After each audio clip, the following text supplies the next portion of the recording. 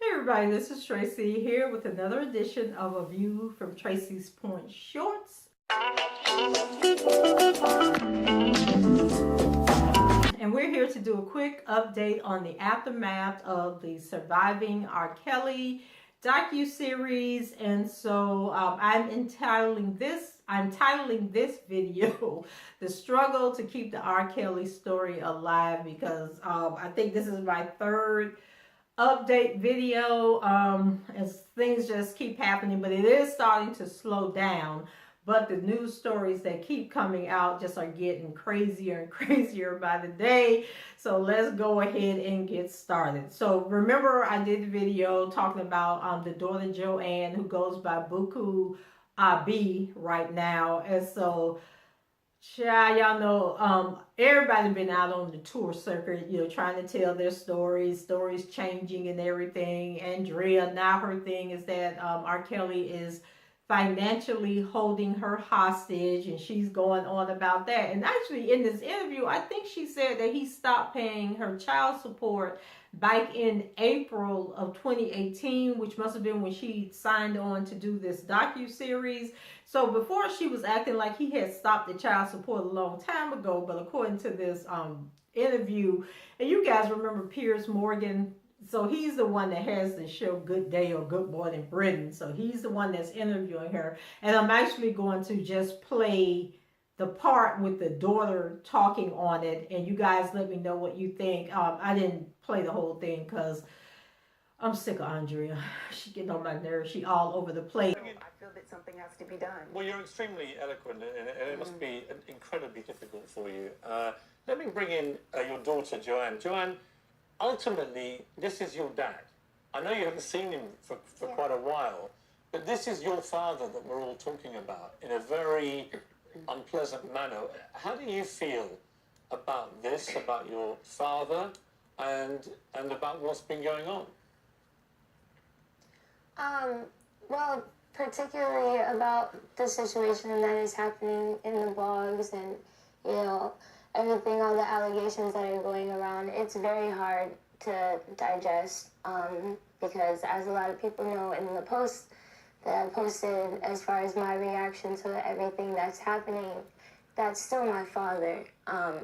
It's a very hard situation to digest and even process because my heart is torn into two separate places. As my mother said, I don't want to confirm or deny anything that the women have been saying about my father, any of the rumors that have been going around throughout the years about my father. But as I said, I know him. He's my father. I grew up in that house to a certain extent.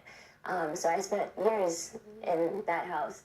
And so it's very painful to see that all of these people are now being affected and have been affected by somebody who I do care about and have a very strenuous relationship with and is so close to me. So it's very rough. Joann, you say that, do you still love your dad? Do you feel like you have to defend him? I know that you were reported as calling him a monster, but which you deny.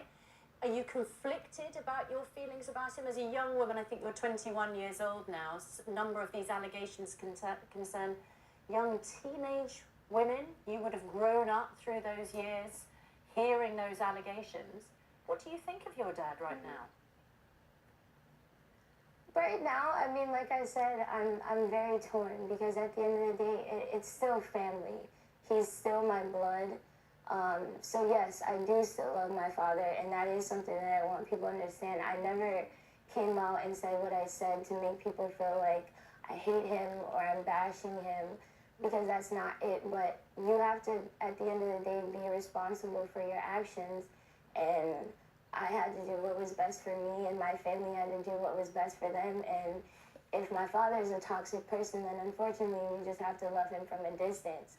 There's no love lost, but I just had to separate myself. Does he try and contact you? No. When did you last see him? Honestly, it's been a few years since I've seen or spoken to him. I don't know exactly how long, but it's been a while. Well, listen, we really appreciate you both joining us. This must be agony to talk about, and it's your family. You know, it's your ex-husband, it's your father. It's very, very difficult territory, this, obviously. I think you've spoken with great eloquence and grace today, and we greatly appreciate you taking the trouble to do that. And let's just hope that in the end, I guess, that justice is seen to be done wherever justice lies with this, because there are so many allegations. The film, I watched it, it's so devastating. You know, it's hard to believe that all these women are making it up, frankly. But we, you know, I believe in due process. I believe that due process should apply to everyone, including R. Kelly, and let's just wait and see what happens and see where justice takes us. But thank you both very much indeed for joining us. We contacted R. Kelly's lawyer, who told us that Mr. Kelly loves all of his children and would love to see them. The lawyer said that Dria's allegations were fully investigated and determined to be unfounded. This is the statement, by the way, by Child Services and the police, and rejected by the judge during their divorce, and are without merit. But the question I want to ask you guys is, how do you feel about Andrea adding the daughter to her interview circuit to go out and talk about him? Like, do you think that this is hurting the daughter more than she's already hurting inside? Because I can only imagine how all of this is tearing her apart. And so is Andrea now manipulating the daughter and using the daughter to try and get at R. Kelly and to bring R. Kelly down? Because after the interview aired, R. Kelly does say that he misses his kids and he does want to see his kids. So is Andrea keeping him away from the kids? Like, what is she brainwashing the kids like she claimed he brainwashed her? Leave your comments below and let me know what you think about this story. And so last week, you know, I did the video about the Brat and Erykah Badu, and I'm not sure if I included Taraji P. Henson on that video, but basically they were at the Trumpet Awards and people came out. TMZ was interviewing, and the Brat, oh, it was Yo-Yo, it wasn't Taraji P. Henson. So Yo-Yo and the Brat were at the Trumpet Awards, and so they gave their comments about it. And so the Brat caught, I keep saying duh. So the Brat caught heat for her comments saying that she loved R. Kelly. He was her brother. She was going to, you know, continue to listen to his music, but she felt that the parents played a role. So she did backtrack and apologize for making the comment about the parents.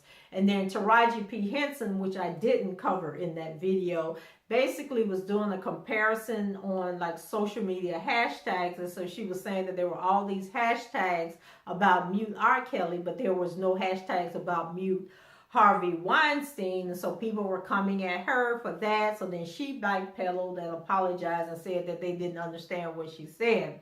But Erykah Badu is standing firm in her statements that she made, that, you know, she's going to show unconditional love. She's going to pray for him and hope that if all this is true, that he will get help. And so she even had a brief Twitter beef with Dream Hampton, who is the creator of the Surviving R. Kelly docuseries. And I guess Erykah won that bout because Dream has since deleted her Twitter account, or maybe it was Instagram, whatever it was. I know Erykah was on, the tweets that I saw were on Twitter. So Dream Hampton has since deleted her account. Dream Hampton says, I asked producer T. Ferris to contact at Fat Belly Bella, which is Erykah Badu's handle on Instagram. And so to be in the docuseries, I wanted clarity on two things. One, a quote attributed to her where she said, no one has done more for Black people than R. Kelly. And two, what she was thinking when she called him her brother at the Soul Train Awards. And then, you know, if you click on the link to that today, it says that that account, either the account has been deleted or the tweet has been deleted. So then Erykah Badu tweeted back to that tweet and said, no ma'am, I was not ever contacted by anyone to be in the documentary at Dream Hampton. You know that's not true. I wasn't a necessary component. You had all the right people, the ones close to the situation, but for now, producers but now produce this producer's request. Apologize. It's simple. So she had apologize in all caps. So then Dream Hampton replied, apologize? Are you kidding? Again, you publicly said he did more for black people than anyone. If you want to apologize for that, fine, apology accepted on behalf of Harriet and the whole crew.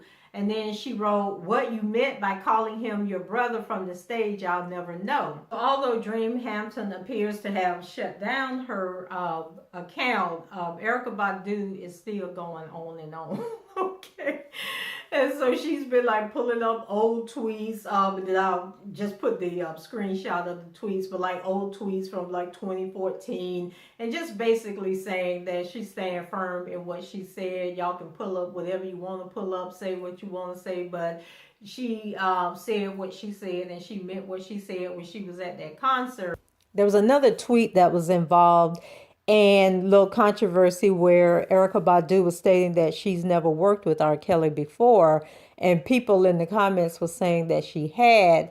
And so I think the clarification on that is R. Kelly and Erykah Badu have toured together several times for Funk Fest concerts. I know they were together in San Diego for the Funk Fest, and they were also here in Florida doing several shows for Funk Fest, and all this was during 2015, and I'll touch on this a little bit more in one of the other stories that I'm going to post, but there was some confusion. So she's never collaborated with R. Kelly before, but she has toured with him. And so, of course, now people are saying, you know, her and Taraji have that movie, What Men Think, like, oh, we're going to boycott the movie, you know, which goes into that whole thing about, you know, people on social media just really think that they have the control to destroy people if they can't get what they want. And as a society, we really need to be careful about that type of thinking. And how, because you don't know who these people are behind these Twitter accounts and these, you know, who are commenting, because there are people that actually get paid to go and comment on stories to keep the stories going and to create controversies. And so you're sitting there arguing with people and following behind people and going along with what people are saying, not realizing that those people don't have a dog in the fight. They're collecting a paycheck by the number of tweets and social media, just social media in general, comments that they can make on news stories, on Twitter, on Instagram, on Facebook, on wherever, on YouTube. They get paid by the number of responses that they get to all of that. And I learned this from Periscope because someone actually came on Periscope and was commenting on somebody's the feed that was going on, and was basically saying that he gets paid to do this, so he's going to keep coming. And he was telling the person that was doing the Periscope, like, you can block me all you want to, but I have like numerous accounts. And then I also took a course as part of my bachelor's, my mass communications minor for my bachelor's, which actually dealt with how we're all being manipulated by social media. And so, yeah, it's okay to have your opinion and to voice your opinion, but don't think that, you know, because you go along with the crowd, because you're on Twitter or whatever, you know, agreeing with what people are saying, that the people you're agreeing with are real people. That a lot of times these are people that have been hired to keep the story going. So, for example, Lifetime could hire people to like really put negative comments out there, like, you know, we're going to cancel R. Kelly, we're going to do this, we're going to do that, he needs to go to jail. All of this stuff that you're seeing, like the beginning tweets could actually have been paid tweets that were put out there. And then when people start reading the tweets and then they start agreeing with it, and then that's what causes it to swell into thousands and thousands and thousands of comments that are going on and on and on. But the original comments very well could have been paid comments that were set for the sole purpose of getting an argument going. So then there was a video on the YouTube channel called Community Gossip. And so it was a conversation with a woman, and it sounded like the woman said her name was Sean Wimbush, but she was a former nutritionist that used to work for R. Kelly, and she worked for him for 2 years back in like 2001, 2002, whatever time Sparkle began working with R. Kelly, and she was telling that story about how Andrea was knocking and asking if she could come in. So this lady gives like a totally different story about what actually happened, and she said that well, you can go, I'll put the link down in the description and you can listen to it yourself, but it just goes to show you that there's two sides to every story. Well, actually three sides. There's your side, their side, and the side that actually happened. And so she was saying that, like, in that instance where she was saying, oh, Andrea had to knock on the door to come in, that actually there was a business meeting going on, and she was saying that R. Kelly is very rigid with his routine, and like he likes things a certain way, he likes things done a certain way, and that, you know, he had a studio in his home, he had an office where he would have business meetings going on. And so when Andrea knocked on the door, she said everybody had to knock on the door because you don't want to be interrupting, you know, something that's going on, and you want to make sure that you have permission to come in the room. She also alluded to the fact that R. Kelly and Sparkle, which we've heard over and over in the past, that the two of them actually were having an affair. And so she kind of loaned to the notion that that was true.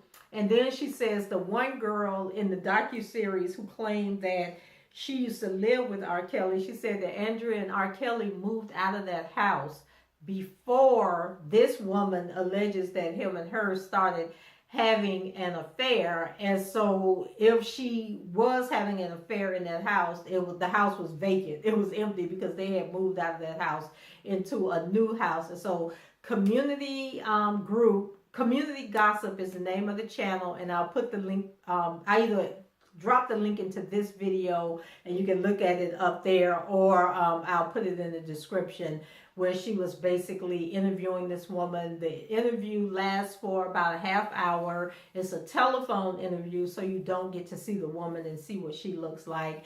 And she was just basically giving her account of what it was like working for him and during this 2-year period, and why she thinks that a lot of the women are not being truthful, that they may have had an affair with him, but they weren't being manipulated or held hostage or anything like that. Okay, then we move on to this story out there that the FBI is supposedly investigating R. Kelly over a airplane ticket that was purchased back in 2015. Okay, so let me just do this one disclaimer and say the FBI does not talk to the media about ongoing investigations. And so with that said, we know that this crazy story is coming from one of the accusers. I'm thinking it is the Azrael Clary's parents, Angelo and Alice, that they are probably telling this story. And then like with Jocelyn Savage's family, who keeps saying that the FBI has visited them 5 times in the past year.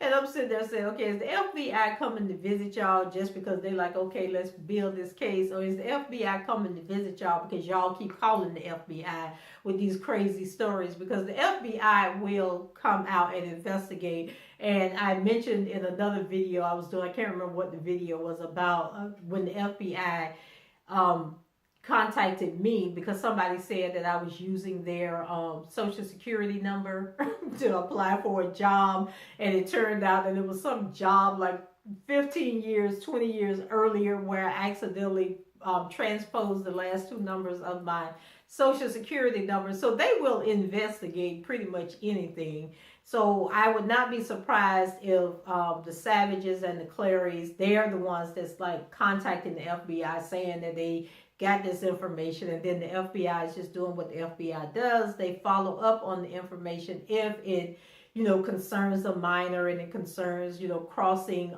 because it's not really a federal case until you cross state lines, and then, you know, they'll get involved in things like that, things involving children, racketeering and other kind of stuff like that. So want to put that out there, that none of these news people have talked to the FBI. So these stories are coming from somewhere else. So basically, the parents of Azrael Clary claims that he paid for a ticket to fly Azrael from Palm Springs to Phoenix to Orlando on May 25th of 2015. And they say that she flew on U.S. Airways, leaving California at 6:57 a.m. and eventually landing in Florida at 4:09 p.m. So a source connected to Azrael's family tells TMZ that the flights were arranged by a woman who was R. Kelly's assistant at the time, and that is potentially a big deal because Azrael was only 17 at the time, which means that R. Kelly could have violated what's called the Mann Act. And the Mann Act is a federal act that makes it illegal to transport a minor across state lines for the purposes of sex, debauchery, or prostitution. So according to TMZ, they're being told that the FBI just learned about the flights within the last week, as they reported, and that the FBI has also been in touch with Jocelyn Savage's family multiple times in the last 18 months. So it's clear that the feds are taking the R. Kelly allegations seriously. Are they really? Are they really? So what I do know, is that on May 22nd, 2015, R. Kelly opened for the San Diego Jazz Festival down in San Diego, California. And the festival ran from the 22nd to the 24th. So if he did purchase the flight, she would be going home from California, not like she would have been leaving California going home, because the Clarys live in Orlando, Florida, or outside of Orlando, somewhere in the Orlando area. So if the flight was from California to Florida, then she was returning home. So that automatically exclude the fact that it was for the Mann Act that they were saying. Now, if they said that he flew her out to California and then flew her back, I could understand that. Then the other thing is they would have to prove that when she got there that she had sex with him or that she was acting as a prostitute. And this is the same girl that people keep going to the house asking if she's okay. And she keeps telling the police and law enforcement that she's okay, that she's there on her own free will. So what makes them think that if the FBI go and talk to her that she's going to say, yeah, when I was with him that weekend, we did have sex? Like, the girl, there's no way the girl is going to say that. So how does the FBI prove that the plane ticket was purchased for that reason? And then the other question I have for the Clarys is this. So you claim that you let your daughter go be with this man and you sent your older daughter to be with her. So I'm wondering, so if the older daughter was with her in the beginning, was the older daughter also at the music festival? Like, do we have any evidence that they were at the music festival? Because that's what he was there for. He was there for the music festival. And then they have a letter that I'll show you guys, where the letter is supposed to be a handwritten letter from the mother that was dated on September 15, 2015, saying that she's putting her daughter in the care of R. Kelly and his staff from September 15th to December 31st. I'm like, why? Who does this? Like, when you go to a courthouse and sign some legal documents, have them notarized, like, what mother writes a handwritten letter to send her 17-year-old daughter off to be with a grown man? I'm not understanding that at all. Like, to me, that was so, I just need these people to stop. Like, if you have some real proof, provide the real proof, because at this point, when you're doing stupid stuff like this, that's just making you look worse. It's not helping the case. It's not helping the credibility of any case that's being built against him when you're doing this. And then if you allowed your daughter to be with him back in May of 2015 and you believe that they had sex back in May of 2015, why would you turn around in September of 2015, like 4 months, 5 months later, and then allow your daughter to go stay with him for 3 months? Like, are these people stupid? Like, what is wrong with with this, and this is why people keep saying they blame the parents, that the parents have a role in all of this. So we'll see if this goes anywhere. I don't know. So then the next thing is, you guys remember the building inspectors were allowed to go into the warehouse and inspect the warehouse. So, oh my God, I can't remember if I talked about this in the last update with the people out there protesting and whatever. Yeah, I did talk about it because I talked about the guy bringing the computer out at 5 o'clock in the morning. So anyway, the story behind that was that they found evidence that somebody had possibly been living in the warehouse. They found a mattress, they found bathrooms that had been installed that they said did not have permits, so they need to be torn out. There were female toiletries, there was some shea butters, there was some oil tree, some tea oil ointment for the scalp and all this stuff in one of the bathrooms. So in what was the living room area, there was a Christmas tree. Christmas tree was still plugged in with the lights flashing. So the judge ordered that they had to tear out the bathroom. They had to get all these inflatable mattresses and furniture and stuff out of this warehouse. And then R. Kelly had to take that Christmas tree down because Christmas was over and done with. And there was no reason for that Christmas tree to still be up. Oh my God, that was the funniest thing to me, because it was like a whole separate story that somebody had did and the headline was, judge orders Christmas tree taken down. So I thought that was funny. Then back to the serious stuff. This woman in Chicago, the prosecutor, who has already stated, that she's a victim of sexual assault, and so she has this personal vendetta against R. Kelly. Now she has come out and says that at least 12 women have come forward with allegations against him, but she needs more women to come out for her to build a strong case. So I'm sitting there saying, you got 12 whole women. Are you saying that none of these women's stories checked out? There's not enough evidence? Why do you need more women to come out? So don't know what's going on with that. And then this I thought was funny. The women from Surviving R. Kelly are on tour. Here is the flyer for it.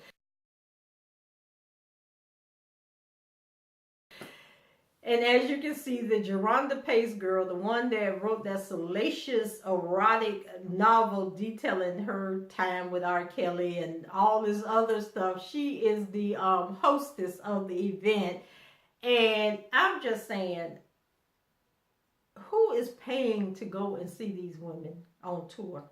Who is shelling out that money at this point to see this, to just continue this nonsense? These women are not trying to get justice. They're not trying to get charges filed against him. They're not trying to get him arrested. They are out there trying to make a coin off this story, and they are trying to get the iron while it's hot so that they can benefit as much as they can. And so if you're wondering why I'm not taking it serious, it's because they're not taking it serious. And this is just some frickin' bull crap, okay? Okay, in this last story, I downloaded the picture and forgot to tell you guys about it. So let me add this on before we close out. So R. Kelly, another story that came out about R. Kelly is that he supposedly bit his ex-girlfriend, Haley Calhoun, in a fit of jealousy. And this is another one of them TMZ stories that has come out. And so basically, she isn't telling the story, but a source close to her is telling the story. And basically is saying that the attack happened in 2017, and that the Haley chick, she's from Georgia, and that she was 19 or 20 at the time, living with R. Kelly, and that she was attending one of his concerts.